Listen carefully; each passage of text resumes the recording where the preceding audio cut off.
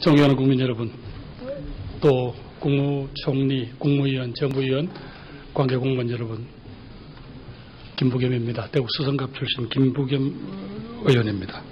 우선 최근 남북권 신공항 입지 선정과 관련해서 사실은 이 문제의 핵심은 국토의 균형 발전이라는 그런 간절한 염원, 그 다음에 2천만 남북권 주민들의 절박한 삶의 문제거든요.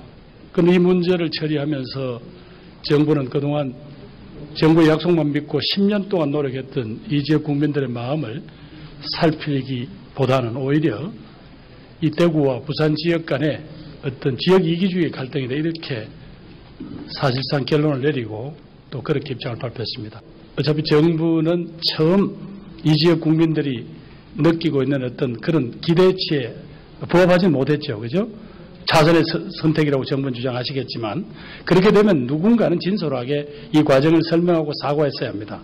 지난 6월 24일 문화체육관광부는 그동안 오랫동안 국립한국문학관 건립을 국비 공모사업으로 그동안 추진했다가 이날 사실상 중단을 했습니다. 그런데 이분들이 이렇게 발표한 중단한 내용을 보면 기가 막힙니다. 지자체 간에 배수진을 취한 유치 경쟁이 과열되면서 불필요한 갈등과 혼란이 심화되는 상황에서 후보지가 선정되더라도 반발과 불복 등 심각한 효율적이 우려된다. 그래서 중지했다. 무슨 국가가 일을 이렇게 하죠? 문화체육부 장관님 계시죠? 왜 이런 결정을 내리게 된지 설명해 주시겠어요? 오히려 각 지역 문학인들끼리 갈등이 빚어지는 상황까지 가서 일단 중장기 계획, 실제 문학을 진흥하기 위한 중장기 계획을 세우는 쪽으로 저희가 좀 그러니까 장관님, 애초에 이 공모사업을 시작을 했잖아요. 국비로 다 대준다고 그랬어요. 어느 지자체가 이런 좋은 기회를 놓치겠습니까? 무려 24개의 지자체가 유치하기 위해서 몇 년간 노력을 하고 공을 들였습니다. 그런데 이분들의 그런 정말로 노력, 눈물겨운 노력입니다. 그것 한번 자신들 밝히고 발표할 기회도조차 없이 이렇게 됐어요. 이렇게 국가가 행정을 하면 국민들이 믿지 않는 겁니다. 사드 배치와 관련해서 총리 또 국방장관께 질문하겠습니다. 많은 국민들이 이렇게 합니다. 야, 작전 반경이 200km밖에 안 된다면 사실상 그렇게 우리 안보에서 북한의 핵 위협으로부터 우리를 막아내겠다 하면서 수도권은 암에 대상되지도 않는다? 그럼 무엇을 위해서 이렇게 많은 갈등을 유발하지? 이런 지금 국민들의 의문이 있는 겁니다. 또 하나는 기왕에 국방장관이 조금 더 답해 주십시오만은 기왕에 우리는 KAMD, 한국형 미사일 방어체제라는 것을 이미 개발하고 또 배치해 나가고 있는데 그럼 이건 뭐냐 그럼? 흔히 이야기하는 미국의 MD 체제에 우리가 편입되는 거냐? 여기에 대해서 누군가는 책임 있게 답변해 주셔야죠. 청와대 NSC 회의에 참석하셨습니까? 총리는 멤버가 아닙니까?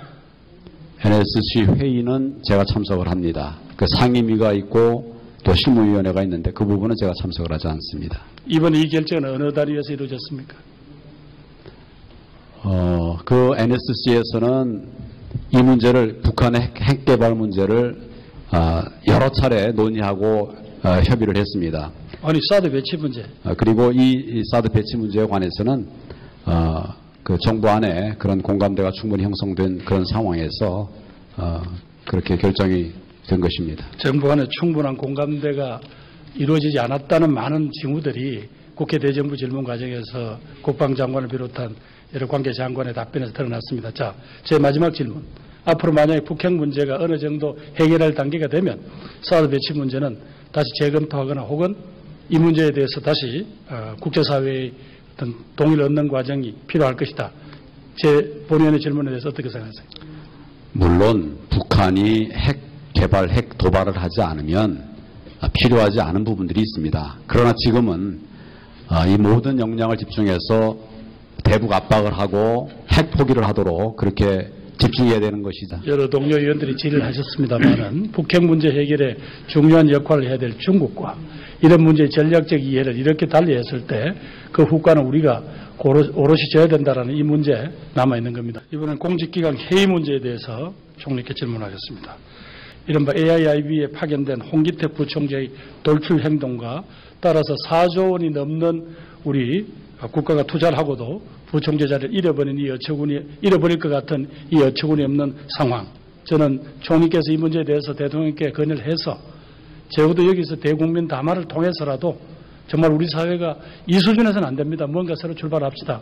확실히 우리가 어떻게든 바로 잡겠습니다 하는 그런 취지를 담화로든가 혹은 다른 국민들과의 대화할 건의할 용이 있습니까? 다양한 방법들을 강구를 해 나가도록 하겠습니다. 의원님 말씀하신 이런 부분도 과거 염두에 정부에서 두겠습니다. 보면요. 이런 일이 있으면 총리께서 바로 사과하고 뭐 담화도 하던데 우리 총리께서는 보니까 사과를 너무 아끼시더라고요.